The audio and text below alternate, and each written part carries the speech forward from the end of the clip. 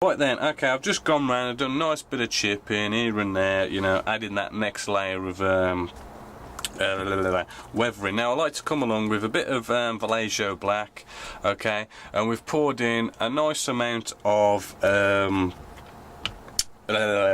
what is it, Vallejo thinners, okay, and we're just gonna pour in about 2-3 drops of our Vallejo thinners, okay, and what we're gonna do now is just give it a bit of a mix, okay, and we're after a post shading kind of a mixture, so we're talking, you know, maybe something like 80-90% thinners to, like, you know, 10% paint, okay, so we end up with, I mean, if you look at this cocktail stick now, you know, it's quite transparent on there, so it is a very thin mixture to give us a very thin transparent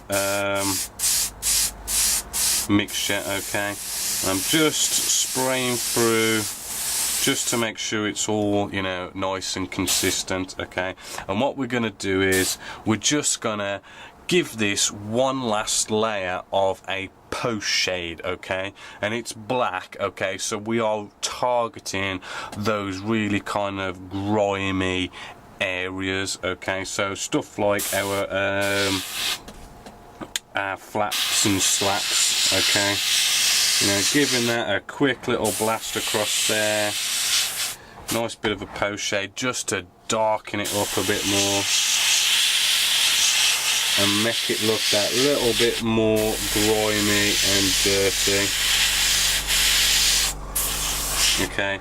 And we've got our walkways here, so maybe we could give it a little bit of a general blast just around that area just to darken it up, and the same this side as well, okay. It's not exactly a post shade where we're targeting, you know, the panel lines. That was just a nice general blast in that general area, okay.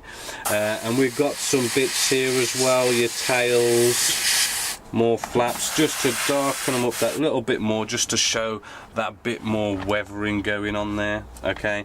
And then we could potentially go off and pick out certain recessed panel lines maybe and just give them a little bit more of a darker edge to it, okay, just to kind of show this randomness of, you know, there's a couple of panel lines on here that are, you know, a bit more dirty and grimier than everywhere else, you know, just to show that little bit of weathering going on there, okay. Right, and then the next thing we've also got, things like our MG guns, okay. You know, we can do our flicking business, okay, just to show that dirt coming off the guns firing and stuff, okay. And when I'm flicking, you know, the whole point of the flicking is to, you know, sort of like flick back really quickly and bring back your trigger quickly, just to get that quick biting point, okay, on your trigger, okay. And then as you flick forward, okay, you're just coming off the trigger, okay, you're bringing the trigger forward, coming off it, okay, to stop the paint coming out, so you get this nice sort of a flick, okay, instead of a, you know, keeping your trigger down and it's just one big lung. You want that little flick to get a bit of a point to it, and you can just do some quick random all over the wing sort of thing of these flicks, okay, nice light flicks to give this nice little bit of a light kind of flick to it. Whereas, as I say, I mean, on the MG guns we're doing a couple of flicks to kind of build up it, to make it look a bit darker than everywhere else. But those quick little flicks on the wings, it's just like one pass, just to give it that kind of feel of a flow, a light kind of post shade on that. We've also got our MGs here. Oops, now I've just done a little mistake there. I've just gone off and I've accidentally done a bit of spidering just there, okay. So wet cotton wool bud, and we just simply wipe away our little accident, okay?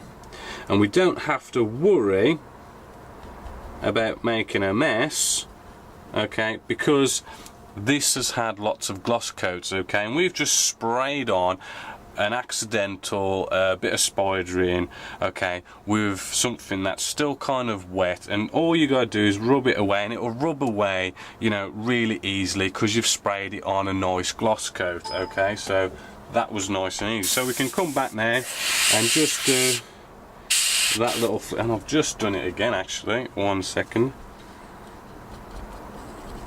Okay. Okay, so we just come in and give it that little bit of a flick around our guns as well. See, I'm being really careful now, so I'm not doing it down, but there we go. Just get that little bit of a post shade around them areas, and then we've also got our exhausts here, okay, which I'm just gonna do some nice blasts of this black, okay, a bit like the flicking we was doing, okay, and we just want to kind of darken up this area a bit. Now we are going to come in with pigments on these areas, which I like to do. Okay, but we just want to get the general area around here a little bit darker, ready to make the pigments, you know, look a bit better. Okay, and we just want to get the other side done as well. Again, nice little flicks. Just darkening up that area just around our exhausts. Okay. See, we've just darkened it up really, just to show a bit of general dirt and grime around that area. Okay, and we got a little vent here which we could just give that a bit of a scene to. And really that is kind of it for that last bit of post shading. Just do underneath as well. Okay, again we can just come in on our areas like our flaps, you know, just give them a little bit of a, now because we are like a very thin mixture here, okay, just remember your biting point. Okay, your biting point where you just start to get that paint just starting to come out, you just want to keep getting that biting point, okay, because too much paint comes out and you're gonna do what I did on the other side where you get spidering. Okay, and we're just picking out the areas. Okay, getting those nice areas looking a bit darker, and we've got our MGs as well, you know, give them that nice little flick, and then a general quick once flick just to show some direction of flow. Okay, the other last thing you could probably do as well is your decals. Your decals are looking pretty clean because we did all that, like excuse me, you did all that kind of bleaching, pre-shading, post-shading in the spray stage, okay, so that means your decals haven't had all that bleaching and post-shading and, you know, and all that stuff. So I like to just give me decals a quick blast over, okay, nothing too excessive, just in that area where your decals are, okay. I just like to give it a bit of a spray of this, okay, a light spray, okay, we don't want to be going nuts, okay, and it just gives it a little bit of dirt that it kind of needs, okay, because these decals are pretty clean with not much weathering going on with them, okay. And then just at the front on the nose, I like to give that a little bit of a blast, okay? Okay, and remember we're talking a very thin mixture here, so it's very transparent, okay? So, you know, so we're not covering the model, okay? And then we could do the same with, say, our propeller here. We can give this a bit of a front flick, well, should we say a front blast, just to show some sort of direction of flow. It's just flowing onto it, and that's it actually for like that last final bit of post shading, okay, which is just giving it that little bit of extra, you know, dirt and grime, although I won't mind a little bit more here.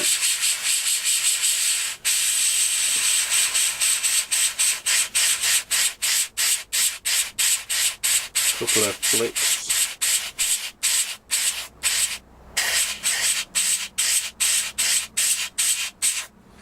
Okay.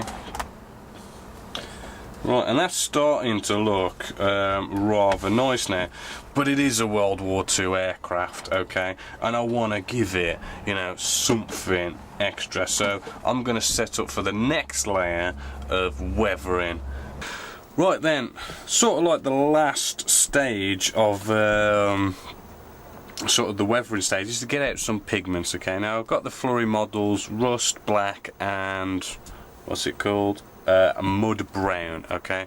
I just want to get some mud brown, and I've got a nice clean paper towel underneath, okay, because well, this stuff is messy, and I just want to whack on a bit of this, okay, around these areas where you're gonna have like the ground crew, you know, getting in and with their dirty boots and everything, and the pilot getting in and out, okay. Just a little bit of a dirty up in this area, okay.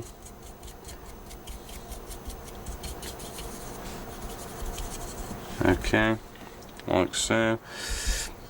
Although I'm just going to blow off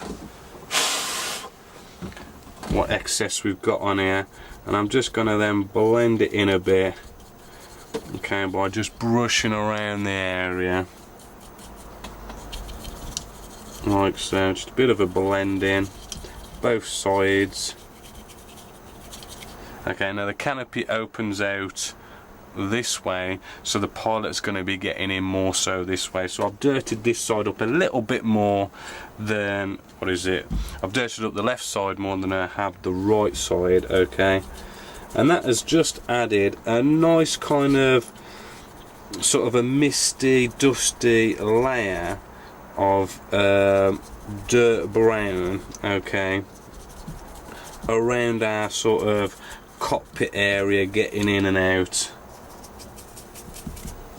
okay, just to kind of, I think you could just see how it's just a little bit of a dusty bit of brown going on there, okay. And the next thing we'd like to do, okay, is we've got our exhaust area, and I just want to get some rust, okay, and just sort of give this rust a bit of a see into on our exhaust area, okay, like so, okay. But that's a bit too strong, okay. But with rust, it's one of these things you kind of need to kind of build up in layers, okay. The first one that goes down is your nice kind of rust colour, but then, you know, you can come in with some black on top, okay, just to kind of take away that kind of really strong in your face, potent, shall we say, rust, okay.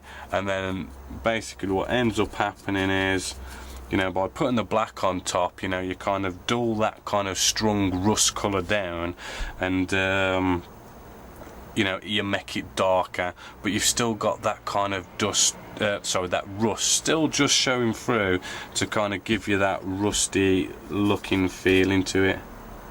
Okay, make sure you get both sides, okay, because we got a bit mist under here. Okay, then just blow it off 1 second. I don't want to blow it off on my work area. And then I'm just going to kind of do some brush strokes in the direction of flow, okay, like so, and you end up with a nice kind of, you know, more sort of natural dusty kind of look to it, okay.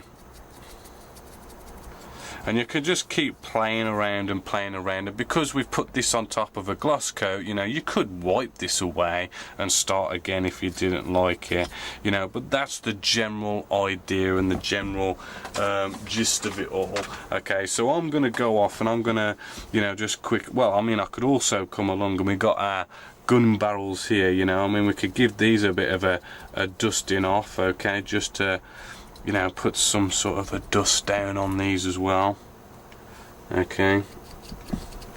And we can do that both sides, and then we've also got our gun barrels here. We can give these a bit of black dust as, maybe a bit too much there, so you could come along and kind of wipe that off, or try and blend it in a bit more maybe, which I think I might end up wiping that off.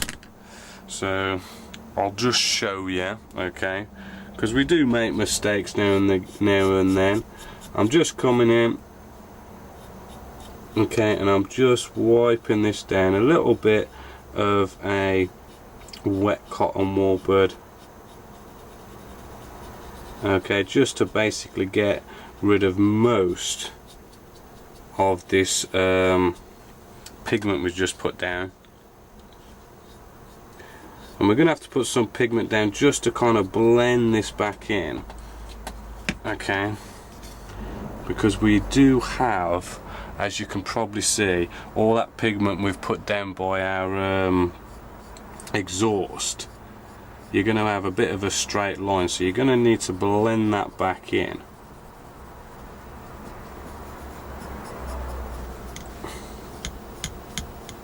Okay, so we could probably come along with maybe a dry cotton wool bud just to try and blend that in a little bit, but the main blending is going to come from just applying another coat of that pigment, as I'm just going to do here, okay, and I'm just going to blend that back in.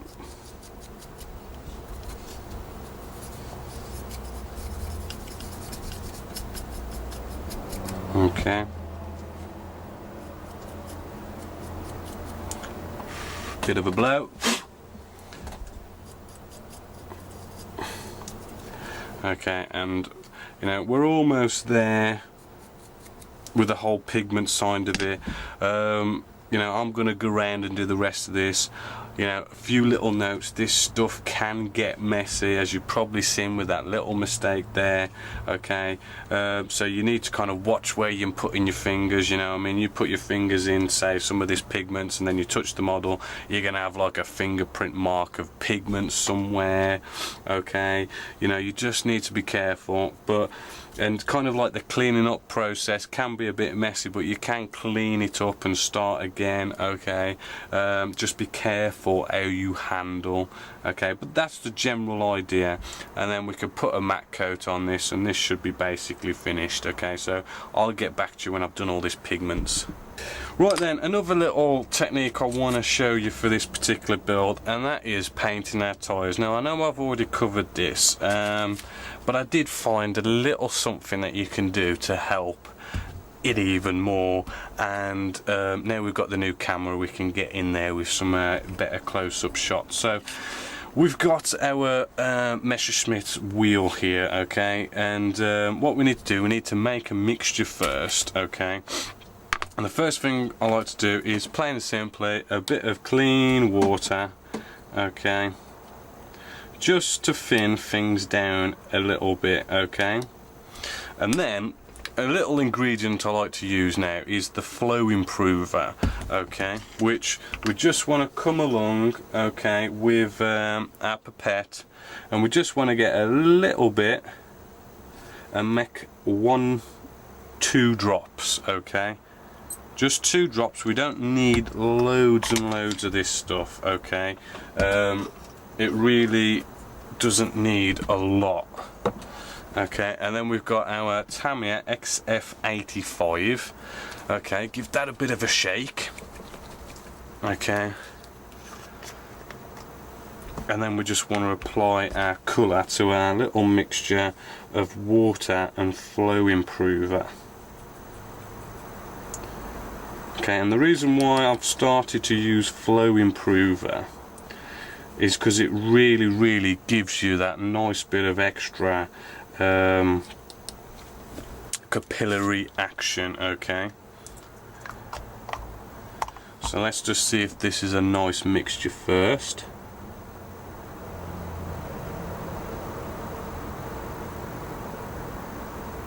Okay, it could probably do with maybe a little bit more flow improver actually.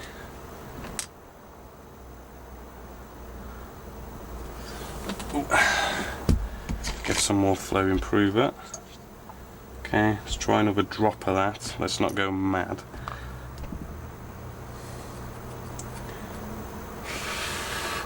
You can just blow to get rid of bubbles. Okay, so let's give this another go.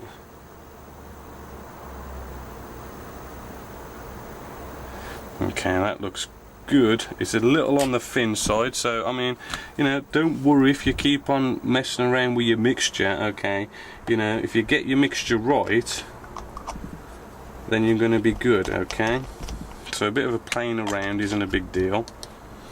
Okay, so let's give this a go now. Okay, and what you do is you just simply, okay, you just need to tap the edge of where the tyre ends and your wheel hubcap, shall we say, starts. Okay, and then you just need to nice easily then be able to brush around the rest of your wheel like so, quite easily. And again, you know, you can do this side here a nice little touch and let it just flow. Touch, flow, touch, flow. Okay, and you can basically leave that till it's all flowed. Okay, so then you can brush around nice and easily without having to touch all the hubcap parts and stuff. So let's show you that again, but let's get you in nice and close. Okay. Right then, so there's your wheel. Okay, and then you just need to touch where the hubcap starts. Okay, and again touch where the hubcap starts like so, the way I'm doing it.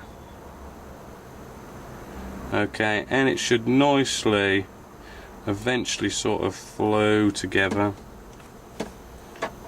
Okay, you're probably seeing it, it is slowly starting to touch each other. Okay, and I have not painted all the way around that kind of hubcap there. You know, it's just slowly started to capillary action. You know, it's just all nice and slowly kind of starting to touch. Now we've got two little places here. We've got one there where it hasn't quite touched up, and just there. Okay, so there's no kind of going off and doing all that like really delicate steady hand, you know, trying to paint it. Okay, you've just touched the hubcap and you're letting that capillary action, okay, do the flowing, and then you can just nice and easily, you know, not having to be very careful, just paint all the way around. Okay, and you can spin the cocktail stick, okay, just to make it easier to paint. And again, we can do it under this side, you know, just touch the hubcap. Let's give you a bit more light, okay, and then we could touch the hubcap and just let it flow. Touch the hubcap, let it flow. Which actually you can probably see it's flowed a bit better actually. Let's see if we can bring you in some more. you could probably see I've only touched that in 4 places, and that has just nicely flowed all the way around that hubcap area.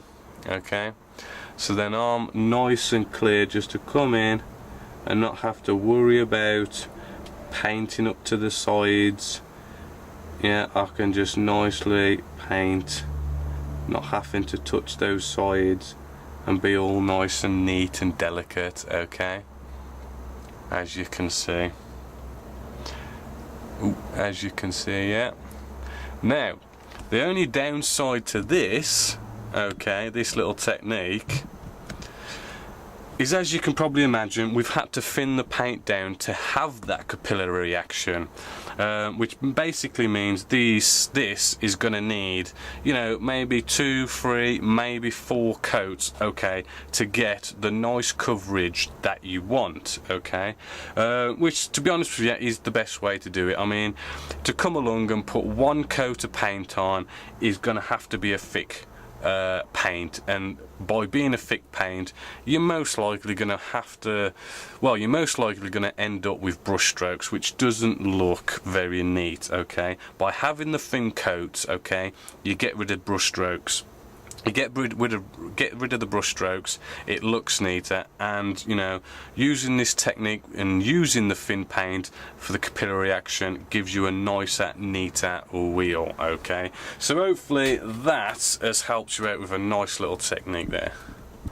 Right then, all finished. Okay, last little bit, I used a bit of easy line just to make a little, you probably can't see that actually, you might be able to see it now. There's like a little wire here.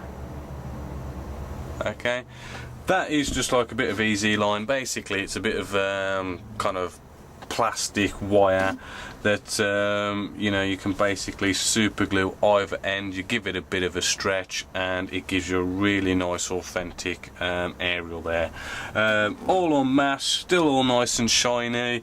So really, you know, the final conclusion of this whole thing, okay, the kit is dead easy to put together. Okay, you know, anyone could put this kit together. It's nice, quick, it's easy. You know, it's a change of pace to kind of have a kit where you can just nice and easily slap it together.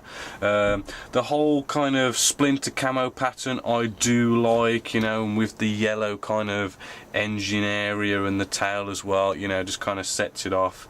Decals with the kit, you know, as you saw, absolute pain, you know, but if you kind of don't use micro solid set and you use the Mr. Mark setter and the Mr. Mark softener, it will eventually kind of, you know, conform to the model, you know, and you get in there with the Tamiya extra thin cement, okay, as a last resort, you know, and you just nail that down. You know, if you can't get the Mr. Mark setter and softener to work. The whole weathering with this one, you know, I did go to town a bit with the weathering, using some nice oils and pigments and, you know, extra post shading and stuff, and I do like the way it's kind of turned out. It has got a nice kind of weathered look to it. It looks like it's in service, it looks like it's on the front line, and that's what I like about this actual build here. Final conclusion of the whole kit though, I'd say it is worth it. It is a kit that is worth it. I think it's something like £15–16, something like that. It's nice and cheap, 1 in 48 scale, you know, and it's a nice, quick, easy build. However, you know, if you're trying to build a nice professional kit, okay, I probably would say fork out a bit more money. Go for something like Edard, Hasegawa, you know, because they are better detailed. Okay, I mean, the recessed panel lining on here is, you know, a little bit out of scale. It is a bit, they are a bit too big, should I say, for, you know, this scale, and you're not getting that much riveting going on either. So I mean, the Edard Hasegawa is better but more expensive. You know, it depends upon what you want personally, but to sum it up, it's easy, it's cheap, but it's not the best, but it's still good enough. Okay, so hopefully you've enjoyed this nice rapid video build, which was just a quick, you know, points of interest for this particular kit, you know, and just kind of generally showing you some focus points. Okay, so I hope you've enjoyed it, and there'll be more where that came from. So my name's Bobby Waldron, this is Genesis Models, and I hope you have a good time modelling.